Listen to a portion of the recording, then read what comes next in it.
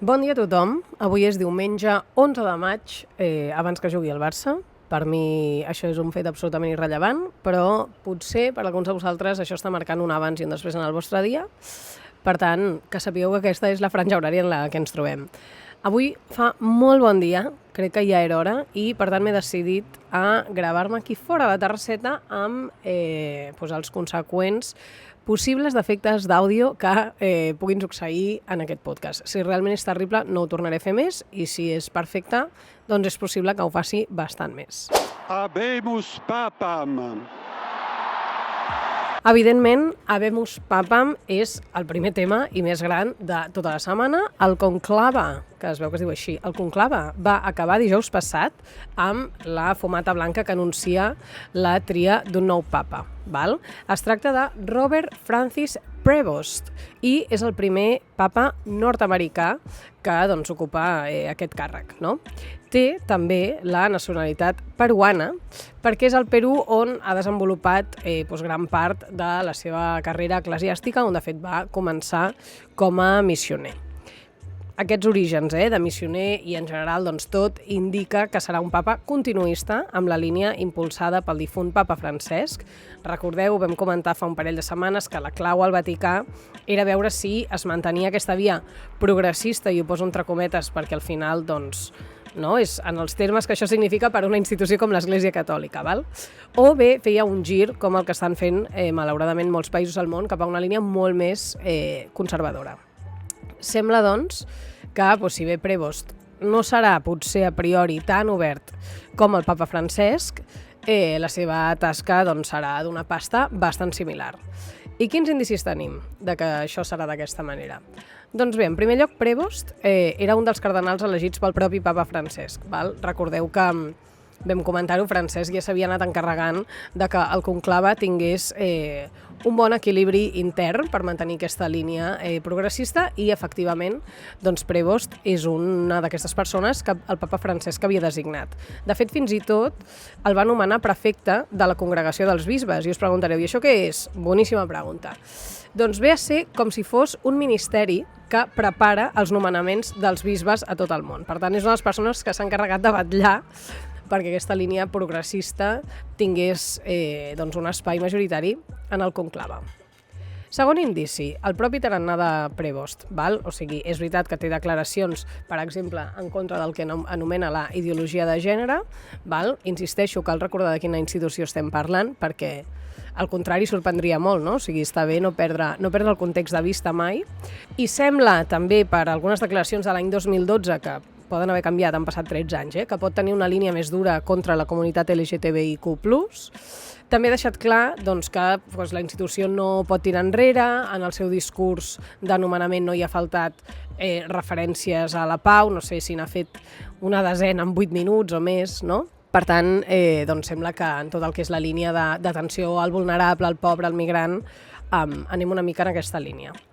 Tercer indici, el nom escollit. Lleó XIV. Sí, n'hi ha hagut 14. Sembla que aquest nom el pot haver triat seguint l'estela de Lleó XIII. Val?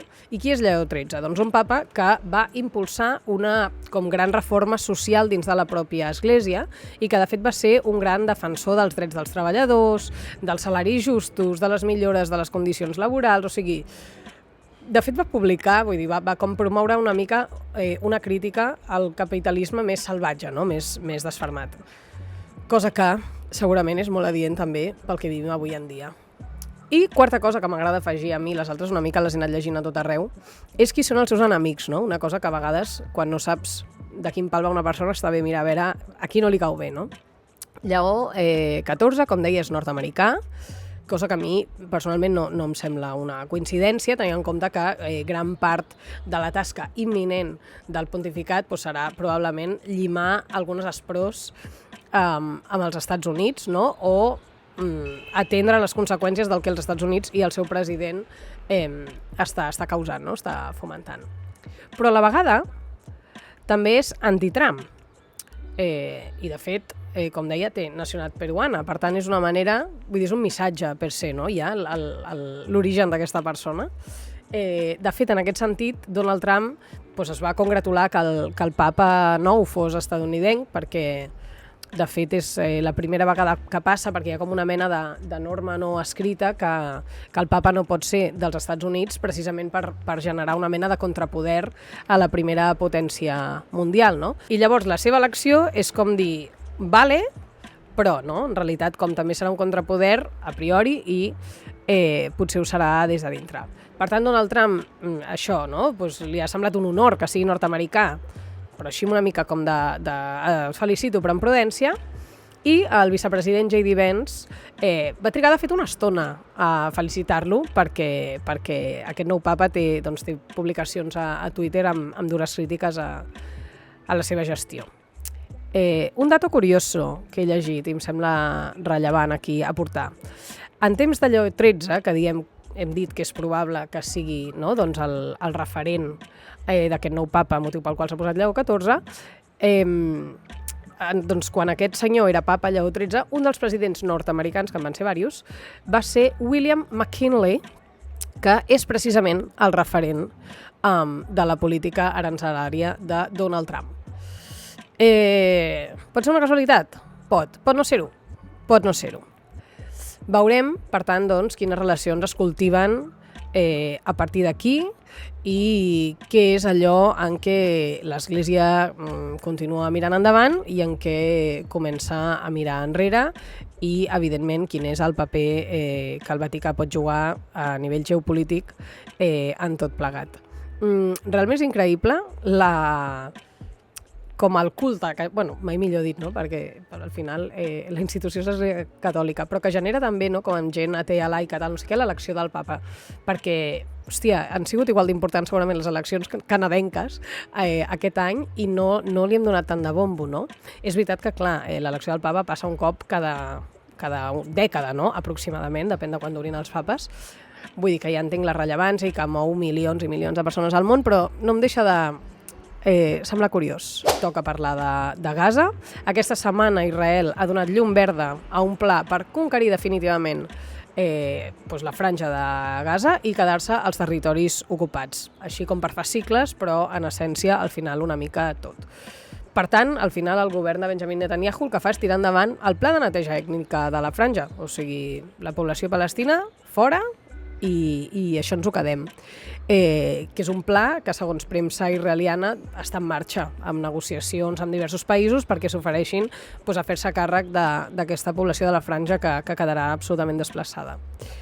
Aquest pla que s'ha aprovat també preveu reprendre la distribució d'ajuda humanitària, però no de qualsevol manera, sinó que la idea és fer-ho a través d'empreses estrangeres, concretament m'he llegit així com mercenaris nord-americans, i en zones controlades per l'exèrcit d'Israel.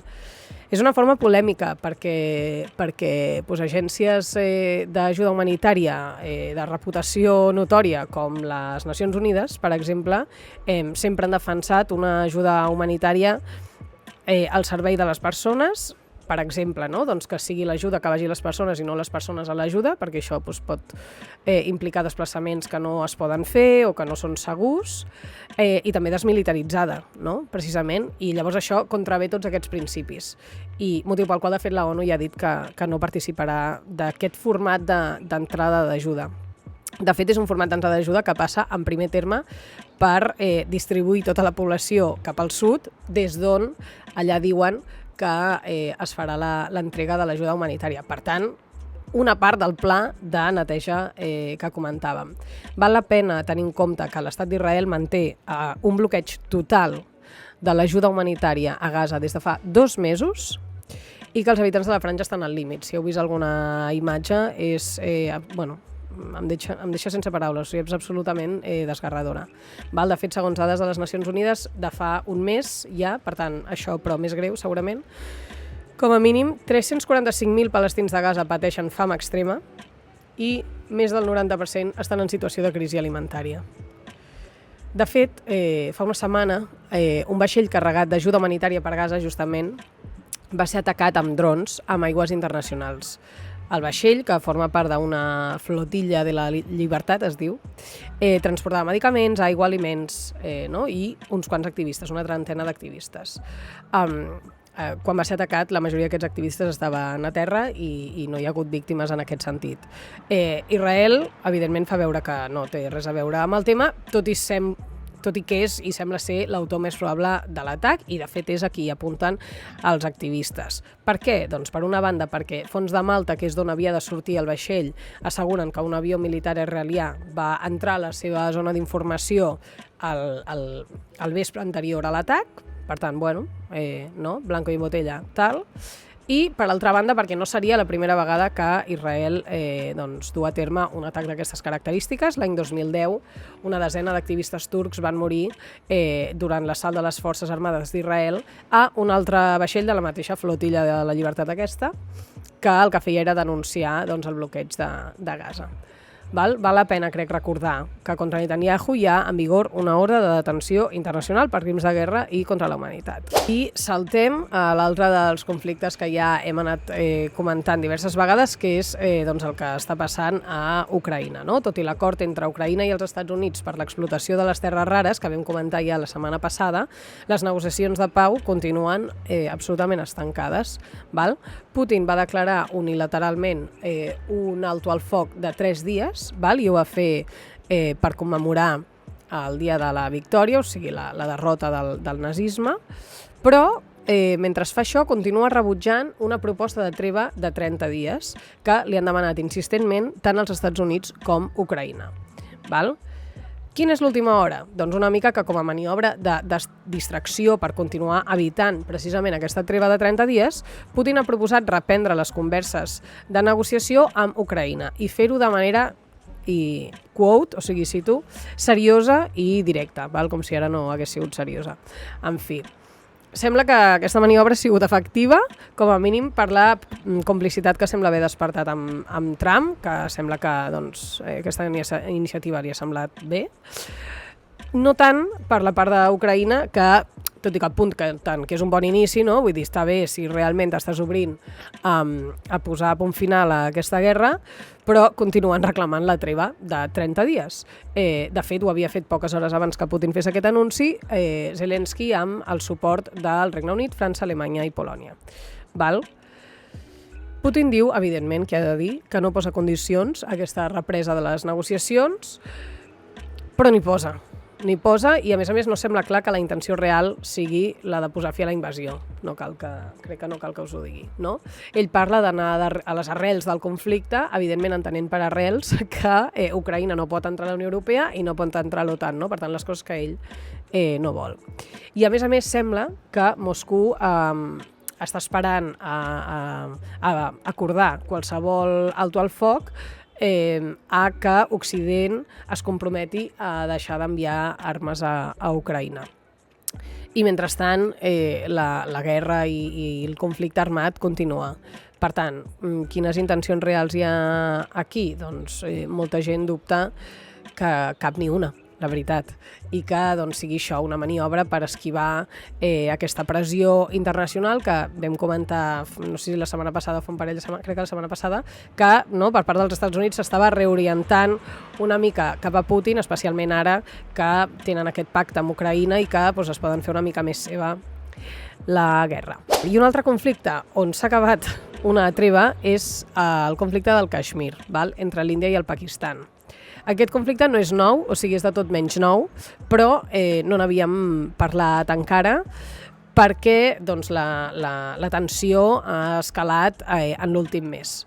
Les hostilitats entre l'Índia i el Pakistan venen de molt lluny, en aquesta zona del Caixmir, on totes dues en reclamen el control i, de fet, la gestió està dividida entre els dos països, la gestió de la regió.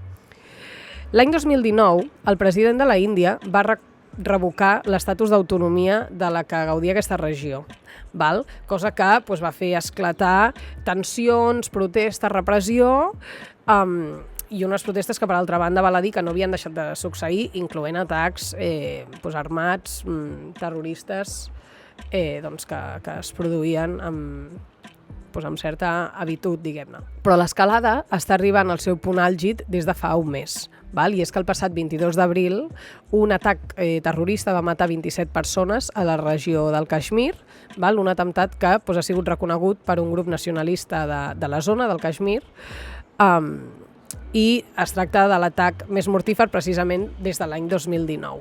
Què ha passat? Pocs dies després d'aquest atac, el govern indi va anunciar que revocava tots els visats als ciutadans pakistanesos, val? Una mica com culpant-los, no?, d'aquest atemptat, forçant a tots els nacionals pakistanesos, per tant, que es trobaven a l'Índia, a marxar del país, i el Pakistan va respondre amb la mateixa mesura, o sigui, a la gent de l'Índia fora, i a més la suspensió del comerç amb l'Índia. Val?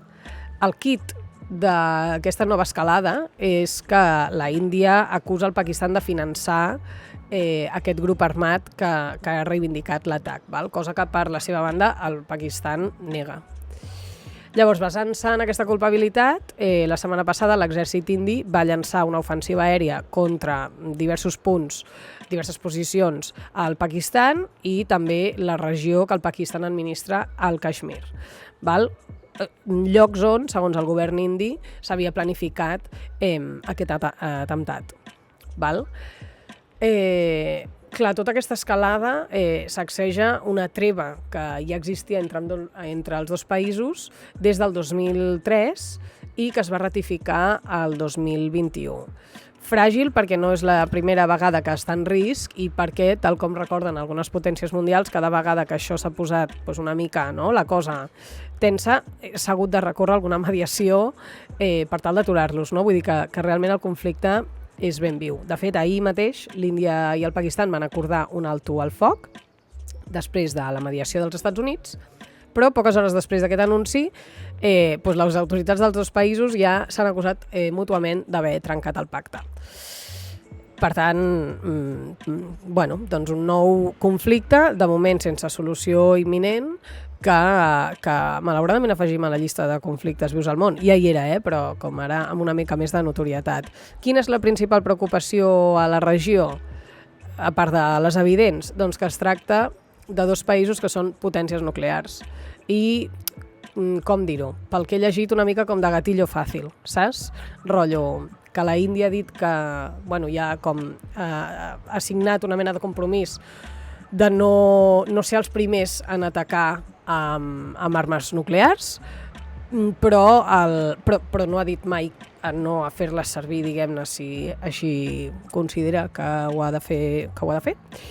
I el Pakistan ja d'entrada no ha firmat mai aquest compromís. Per tant, diguem-ne que la preocupació a la regió i al món està justificada. I vinga, últim tema, perquè jo primer, crec que aquest podcast en general necessitava una mica de banalització de coses, perquè tant conflicte mundial a mi al final m'agafa una mena de depressió crònica, i per altra banda perquè és un tema que a mi m'ha interpel·lat realment molt profundament, i és que no vull acabar sense mencionar la bogeria d'aquesta setmana per les entrades del Bad Bunny.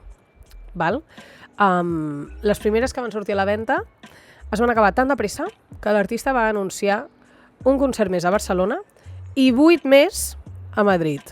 Moltes coses es podrien comentar d'això i la majoria d'elles serien de caràcter personal, per tant me les estalvio, però 2 coses sí que comentaré que no són de caràcter personal. Per una banda, el tema del monopoli aquest de Live Nation i Ticketmaster, fan el que volen, això primer, amb els preus, amb la gestió, amb tot. I a més, com que no hi ha regulació, les empreses de reventa es dediquen a comprar entrades i posar-les al doble de preu com amb facilitat, no? Cosa que de fet va passar durant la pròpia preventa, o sigui, la venda general d'entrades de Bad Bunny encara no s'havia engegat, que ja hi havia webs de reventa amb entrades a preus, evidentment, desorbitats. A més d'això, les queixes dels usuaris, i ara parlo en tercera persona com si jo no fos una d'elles, jo no ho he fet públic fins ara, que ho estic fent públic, per la nefasta gestió de la compra, o sigui, molta gent que a través de TikTok, d'Instagram, de Twitter o ara d'aquest podcast meu, ha deixat clar que no entenen com pot haver-hi una cua de 35.000 persones per dir alguna cosa, o més, perquè jo he arribat a estar a la 96.000 en aquestes cues, que dius, és que jo no crec que el servidor pugui sostenir tantes persones en una cua, però bueno, és el número absolutament aleatori que m'ha sortit després d'entrar a la sala d'espera, no? Total, que tot acabi volant en qüestió de minuts, que ningú sàpiga ben bé quines entrades pots comprar, per quin preu, si són VIP, si són patrocinades, si són no sé què. i amb uns preus generalment desorbitats que contribueixen a tot el que és l'elitisme de la cultura, no? I a tota la gestió aquesta dels macrofestivals i aquesta cosa, no? O sigui, i que també al final genera com una mena d'angoixa, no? Vull dir, quan hi ha tanta gent, la sensació, perquè realment tu no ho saps, no? Hòstia, 95.000 persones i no sé què, i llavors tu arribes, que et busques una entrada a Brussel·les i no sé què, i arribes allà i són 300 euros i dius, bueno, m'ho compro, perquè estàs tan agobiat que penses que ha de ser la bomba. I després pares i tu penses i dius, hòstia, tio, jo poder des de Maria Cristina sento el concert i s'ha acabat, saps? En plan, o m'agafo un micro o me'l canto. Ja sé que no és el mateix, però és que joder, no? En fi, això per una banda. Tot això, una mica caòtic per una banda, perquè és gairebé més una queixa que un reportatge, això, però no passa res. I per l'altra, és que jo gairebé, o sigui, a títol personal, sento que és una contradicció en si mateixa. Tota aquesta gestió de Ticketmaster, Live Nation, no sé què, i fins i tot el fet que hi hagi 10 concerts a Madrid i només 2 a Barcelona, amb la pròpia essència de l'àlbum últim aquest de Bad Bunny, que és el motiu pel qual, com a mínim, jo personalment em comprava entrada. És veritat que Bad Bunny no ve des de 2019 perquè tenia una gira durant el Covid que evidentment va ser anul·lada i ja no va tornar. I per tant hi ha una mica com d'ànsia de veure aquest senyor, no? Que porta 2 àlbums no consecutius però rebentant-ho a ventes a tot arreu, no? I és que al final aquest àlbum, o sigui, té tota aquesta cosa de protegir la pròpia identitat, protegir lo local, gairebé gairebé com una mena de reivindicació anticolonial, no? Amb això de lo que li passó a Hawaii. No? Cada cop aquesta mega maximització de beneficis, aquesta explotació de Ticketmaster i Live Nation i no sé què, aquest centralitzar-ho, i Espanya, de fet, és dels pocs països europeus, si és que n'hi ha algun altre, crec que sí, on els concerts són a més d'una ciutat. Vull dir, s'inclou Barcelona, després a Bèlgica només és a Brussel·les, però ens entenguem, no? Vull dir que, o a Portugal només és a Lisboa. Però tot i així, no? Com no sé, vull dir que jo mateixa m'he com negat a anar a Madrid. Bueno, m'ho ha negat Ticketmaster, però a més, jo com hagués dubtat molt de si hi havia d'anar, perquè crec que va en contra del missatge per se de l'àlbum, no? I per tant, la pregunta de si Bad Bunny és conscient d'això, si ho està veient, si té alguna opinió, o si senzillament ens pensem que és més llest del que és, que això a vegades ens passa amb la gent famosa, suposo. I ja està. Fins aquí. Espero que se senti bé, perquè jo he estat comodíssima. Fa un temps perfecte per fer això, la veritat. I mira, porto mitja hora ja gravada. Bueno, espero que no sé, que hauré de fer talls, nois, perquè si no us mataré. En fi, que tingueu un bon cap de setmana i esperem que el Barça guanyi. Que insisteixo que a mi me la repampinfla, però sé que per la majoria de persones avui en dia és important. Ja en parlarem d'això un altre dia. Vale, gràcies. Ciao.